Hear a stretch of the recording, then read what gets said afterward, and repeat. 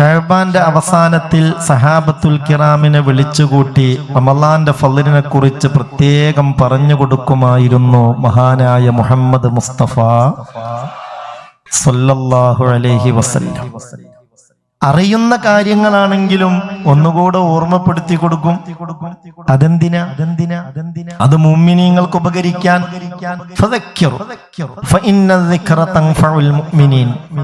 ഖുർആൻ തന്നെ മുത്തുനബിയോട് പറഞ്ഞതല്ലേ, നബിയെ നിങ്ങൾ കാര്യങ്ങൾ ഓർമ്മപ്പെടുത്തിക്കൊണ്ടിരിക്കണം, ഇടയ്ക്കിടെ കാര്യങ്ങൾ ഓർമ്മപ്പെടുത്തിക്കൊണ്ടിരിക്കണം. അത് മുഅ്മിനീങ്ങൾക്ക് ഉപകരിക്കുമെന്ന് അള്ളാഹുവിന്റെ വിശുദ്ധ ഖുർആൻ പറഞ്ഞതാണ്. അതുകൊണ്ട് എല്ലാ റമളാനിലും അതിന്റെ തൊട്ടു മുന്നോടിയായി ഷഅബാന്റെ അവസാനത്തിൽ റമളാനെ കുറിച്ചുള്ള ഓർമ്മപ്പെടുത്തൽ നടത്തും മുഹമ്മദ് മുസ്തഫ സല്ലല്ലാഹു അലൈഹി വസല്ലം. ഒരു പ്രസംഗം തന്നെ റസൂലുള്ളാഹിന്റെ ഒരു പ്രസംഗമുണ്ട് റമളാനിനെ കുറിച്ച്. ഖത്തബനാ റസൂലുള്ളാഹി സ്വല്ലല്ലാഹു അലൈഹി വസല്ലം ഫീ ആഖിരി യൗമിൻ മിൻ ശഅബാൻ. ശഅബാന്റെ അവസാനത്തിൽ ഹബീബായ നബി തങ്ങൾ ഞങ്ങളോട് പ്രസംഗിച്ചതാണ്. എന്താണ് ആ പ്രസംഗമെന്നല്ലേ? ശ്രദ്ധിക്കണേ, മുത്തുനബിയുടെ ഒരു പ്രസംഗമാണ് ഇപ്പൊ നമ്മൾ കേൾക്കാൻ പോണത്. റമളാനെ കുറിച്ച് ശഅബാന്റെ അവസാനത്തിൽ സഹാബത്തുൽ കിറാമിനെ വിളിച്ചുകൂട്ടി അള്ളാന്റെ റസൂല് നടത്തിയ ആ ഒരു പ്രസംഗം, ആ നിലയിൽ ഞാൻ നിങ്ങൾക്കൊന്ന് കേൾപ്പിച്ചു തരാം.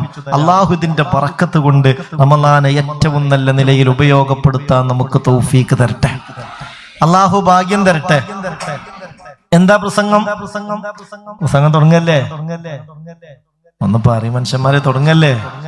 റസൂലുള്ളാഹിന്റെ പ്രസംഗാണല്ലോ. അല്ലാഹുവേ റബ്ബ് കബൂലാക്കട്ടെ. അതിന്റെ ഒരു ബറക്കത്തും അല്ലാഹു നമുക്ക് എല്ലാവർക്കും നൽകട്ടെ.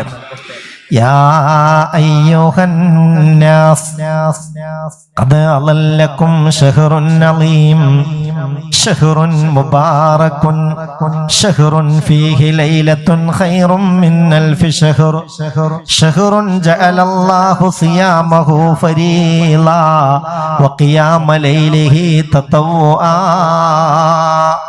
യാ അയ്യുഹന്നാസ്, അർത്ഥം ഓ ജനങ്ങളെ, ഇദാ ഖദ അളല്ലകും ശഹ്റുൻ അളീം, അളീമായ മഹത്വമുള്ളൊരു മാസം നിങ്ങളിലേക്ക് സമാഗതമാകുന്നു. ശഹ്റുൻ മുബാറകുൻ, വല്ലാത്ത ബറക്കത്താക്കപ്പെട്ട മാസമാണത്.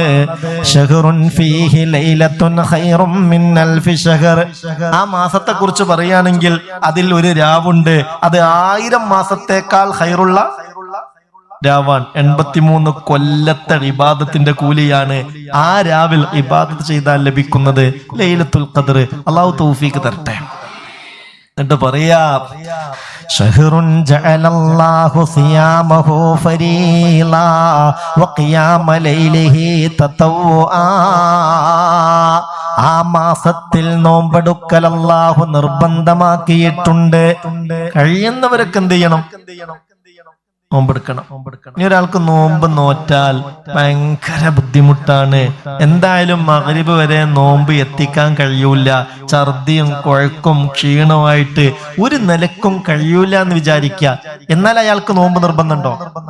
ഉണ്ടോ? ഇല്ല. അയാൾക്ക് നോമ്പ് നിർബന്ധമില്ല. അല്ലെ, പനി പിടിച്ചു, പനി ഇങ്ങോട്ട് പിടിച്ചിട്ട് വിറച്ചിട്ട് നിൽക്കാൻ കഴിയൂല. ഡോക്ടർ പറഞ്ഞു നിർബന്ധമായിട്ടും ഗുളിക കുടിച്ചേ പറ്റൂ. നോമ്പ് നിർബന്ധമുണ്ടോ? ഇല്ല. നോമ്പ് നോൽക്കണ്ട. എന്നാൽ ചില നോമ്പ് ഖളാ വീട്ടേണ്ടി വരും, ചിലത് ഖളാ വീട്ടണ്ട. ചിലതിന് മുദ്ദ് കൊടുക്കേണ്ടി വരും, ചിലതിന് മുദ്ദ് കൊടുക്കണ്ട. ഒരാൾക്ക് 90 വയസ്സായി. ഇന്നിപ്പോ 90 വയസ്സായ ഉപ്പാനെ കുറിച്ചും ഉമ്മാനെ കുറിച്ചൊക്കെ എന്നോട് ഇവിടെ ഒന്ന് പറഞ്ഞു, പ്രത്യേകം ദ്വയർക്കാൻ പറഞ്ഞിട്ടുണ്ട്. 90 വയസ്സായ ബാപ്പാന്റെ താല്പര്യം എന്താണെന്നറിയോ? നോമ്പ് നഷ്ടപ്പെടാൻ പാടില്ല. അതൊരു ഹിമ്മത്താണ്. അള്ളാഹു തൗഫീഖ് നൽകട്ടെ. ഇതുവരെ നഷ്ടപ്പെട്ടിട്ടൊന്നുമില്ല. പണ്ട് കൊല്ലങ്ങൾക്ക് മുമ്പൊക്കെ പോയിട്ടുണ്ടെങ്കിലും പ്രായാധിക്യം കൊണ്ട് ഈ അടുത്തൊന്നും നോമ്പ്. എത്ര വയസ്സുള്ള വാപ്പയെ പറയണത്? 90 വയസ്സുള്ള വാപ്പ. പടച്ചോനെ, അള്ളാഹുവേ, അതൊക്കെ ഒരു നിയമം തന്നെയാണ്. അള്ളാഹു നിലനിർത്തി കൊടുക്കട്ടെ. ഇനി ഒരാൾക്ക് 90 വയസ്സായി, അയാൾക്ക് ഒരു നിലക്കും നോമ്പ് നോൽക്കാൻ കഴിയൂല. അയാൾ എന്ത് ചെയ്യണ്ട? നോമ്പ് നോൽക്കണ്ട. സാമ്പത്തികമായി ശേഷിയുണ്ടെങ്കിൽ ഒരു നോമ്പിന് ഒരു മുദ്ദ് എന്ന നിലയിൽ സാധുക്കൾക്കാർക്കെങ്കിലും കൊടുത്താൽ മതി. ഒരു മുദ്ദ് എന്ന് പറഞ്ഞാൽ ഏകദേശം ഒരു 750 ഗ്രാം. അരിയുടെ കനത്തിനും തൂക്കത്തിനും അനുസരിച്ച് അരിയുടെ കനത്തിനനുസരിച്ച് മാറും. കാരണം ഈ മുദ്ദ് എന്ന് പറഞ്ഞാൽ ശരിക്ക് തൂക്കല്ല, അളവാണ്. ചില അരി 700 ഗ്രാം, ചില അരി 750 ഗ്രാം. എന്തായാലും 750 ഗ്രാം കൊടുത്താൽ സംശയമൊന്നുമില്ല, ഒരു മുദ്ദ് ഉണ്ടാകും.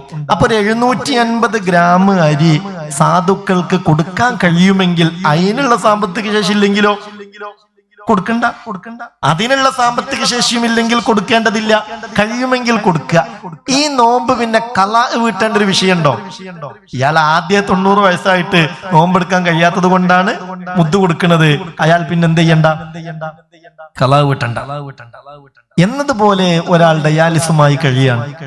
അനുബന്ധമായി പല രോഗങ്ങളും അയാൾക്കുണ്ട്. ഇയാൾ വല്ലാത്ത വിഷമത്തിലായി. അയാൾക്ക് നോമ്പെടുക്കാൻ വയ്യ. അയാൾക്ക് ഇനി ഭാവിയിൽ നോമ്പ് ഖളാ വീട്ടാൻ കഴിയുന്നുള്ള പ്രതീക്ഷയും ഇല്ല. അയാൾക്ക് നോമ്പെടുക്കാൻ കഴിയില്ലെങ്കിൽ നോമ്പെടുക്കണ്ട. അയാൾ ഒരു നോമ്പിന് ഒരു മുദ്ദ് എന്ന നിലയിൽ സാധുക്കൾക്ക് കൊടുത്താൽ മതി. ഒരാൾക്ക് ശക്തമായ പനി, വയസ്സ് 30 വയസ്സേ ഉള്ളൂ, പക്ഷെ പനി ഇങ്ങോട്ട് പിടിച്ചു, വിറച്ച് പനിക്കാണ്. ഡോക്ടർ പറഞ്ഞു നോമ്പെടുക്കരുത് ട്ടോ. അയാൾ നോമ്പ് എടുക്കുന്നില്ല. അയാൾ മുദ്ദ് കൊടുക്കണോ? വേണോ വേണ്ടേ? കൊടുക്കണോ? കൊടുക്കണ്ട. കൊടുക്കണം എന്നല്ല, കൊടുക്കണ്ട. കാരണം ഈ നോമ്പ് അയാൾക്ക് എന്ത് ചെയ്യാൻ കഴിയും? അയാൾക്ക് ബാധിച്ച ഒരു രോഗത്തിന്റെ കാരണത്താലാണ് അയാൾ നോമ്പ് ഒഴിവാക്കിയത്. ഈ രോഗം മാറിയാൽ അയാൾക്ക് എന്ത് ചെയ്യാൻ കഴിയും? നോമ്പ് ഖളാ വീട്ടാൻ കഴിയും. അപ്പോൾ നോമ്പ് ഖളാ വീട്ടാൻ, രോഗം കൊണ്ട് നോമ്പ് നഷ്ടപ്പെടുന്നു, അത് ഖളാ വീട്ടാൻ കഴിയുമെന്ന ഉറപ്പുണ്ട്. അങ്ങനത്തെ രോഗി നോമ്പെടുത്തിട്ടില്ലെങ്കിൽ എന്ത് ചെയ്യണ്ട?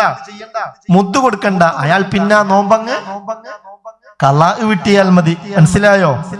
അപ്പൊ ഏതായാലും നോമ്പ് അയാൾക്ക് ശാരീരികമായി രോഗം ബാധിച്ച് ബുദ്ധിമുട്ടാണെങ്കിൽ നോമ്പെടുക്കൽ നിർബന്ധമൊന്നുമില്ല. പക്ഷേ അയാൾ ഖളാ വീട്ടണം. മനസ്സിലായോ? കാരണം ഇത് മാറുന്ന പ്രതീക്ഷയുള്ള രോഗാണ്. മാറുന്ന പ്രതീക്ഷ ഇല്ലാത്ത രോഗാണെങ്കിൽ മുദ്ദ് കൊടുക്കണം. ഖളാ വീട്ടായതായാലും കഴിയൂല, കാരണം മാറുന്ന പ്രതീക്ഷ അല്ലല്ലോ. ഏതായാലും അല്ലാഹു അങ്ങനത്തെ രോഗങ്ങളൊന്നും ഇല്ലാതെ മരണം വരെ ആഫിയത്തുള്ള ദീർഘായുസും മരണം വരെ ആഫിയത്തോടെ നോമ്പെടുത്ത് ആ നിലയിൽ മുന്നോട്ട് പോകാനുള്ള തൗഫീഖ് റബ്ബ് നമുക്ക് നൽകട്ടെ. വലിയ വിഷമാണല്ലോ വേറുള്ളവരൊക്കെ അങ്ങനെ നോമ്പെടുത്തിട്ട് നമ്മൾ മാത്രം രോഗം കാരണം നോമ്പെടുക്കാതെ എങ്ങനെ കഴിയാന്ന് പറഞ്ഞാൽ അത് മനസ്സിന് വല്ലാത്തൊരു പൊറുതിയേടാണ്. ഇന്ന് രാവിലെ വിളയിലേക്ക് അച്ഛനമ്പലത്തുള്ള 2 സഹോദരിമാര് വന്നിരുന്നു.